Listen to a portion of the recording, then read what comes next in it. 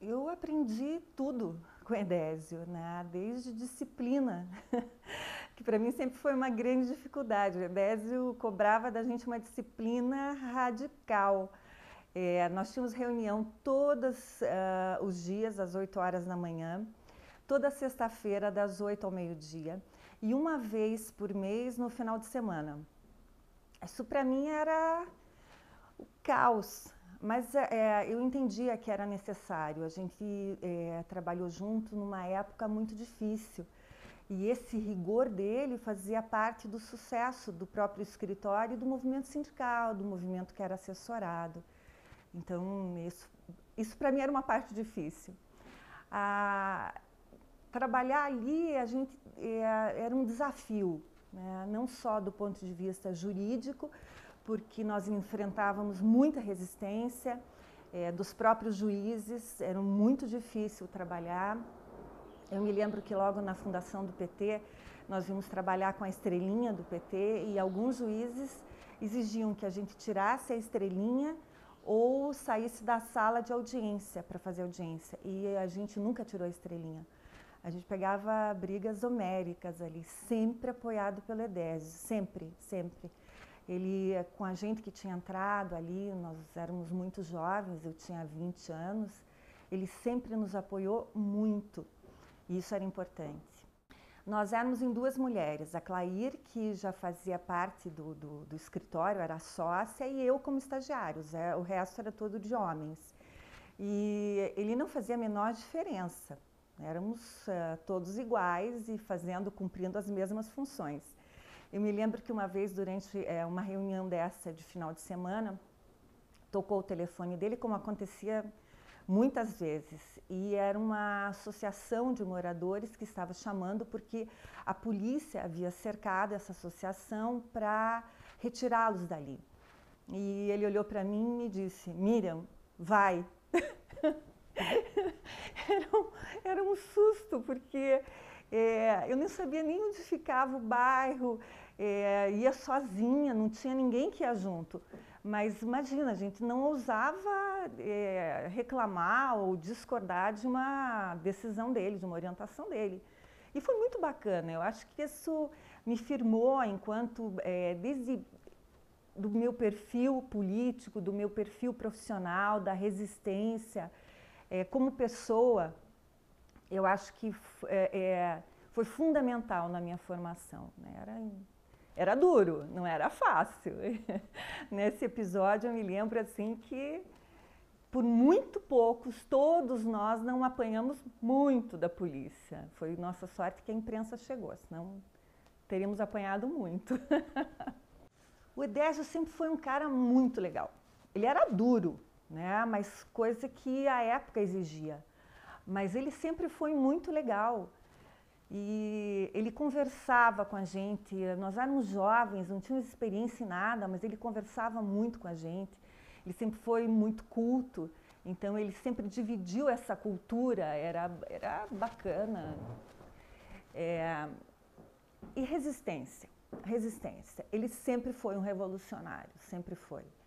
O apoio às oposições, né? E essa dedicação à causa mesmo, né? Eu diria a causa da democracia, da libertação e até mesmo do socialismo. A gente trabalhava muito e nós sempre aprendemos com ele que o que a gente ganhasse de dinheiro era um bônus, a gente não trabalhava por isso, né? O que vinha era ótimo, era bacana, era dividido, o Edésio sempre teve uma divisão democrática dos honorários, mas não era essa a principal função do escritório, isso desde sempre. A gente viveu numa época muito especial.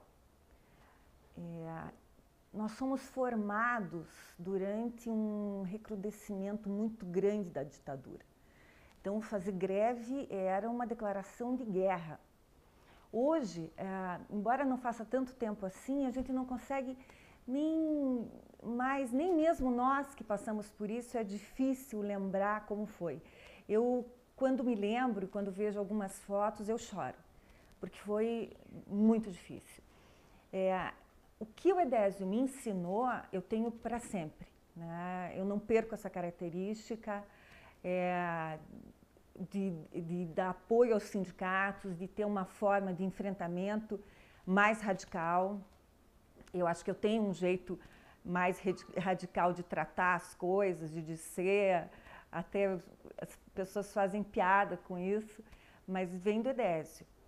Essa nova geração, a gente tenta passar para eles. Eu acho que aqui no escritório tem bastante gente que tem esse perfil também, mas é mais difícil, cada vez mais difícil, porque é fora da realidade, né? Muito fora da realidade. Você não vê hoje com tanta frequência a polícia militar intervir numa greve. E intervir com violência, né? Com cavalos, com bombas, com bala de borracha, com gás lacrimogêneo. Hoje a sociedade não aceita mais isso. Então é uma realidade diferente que acaba gerando uma postura diferente.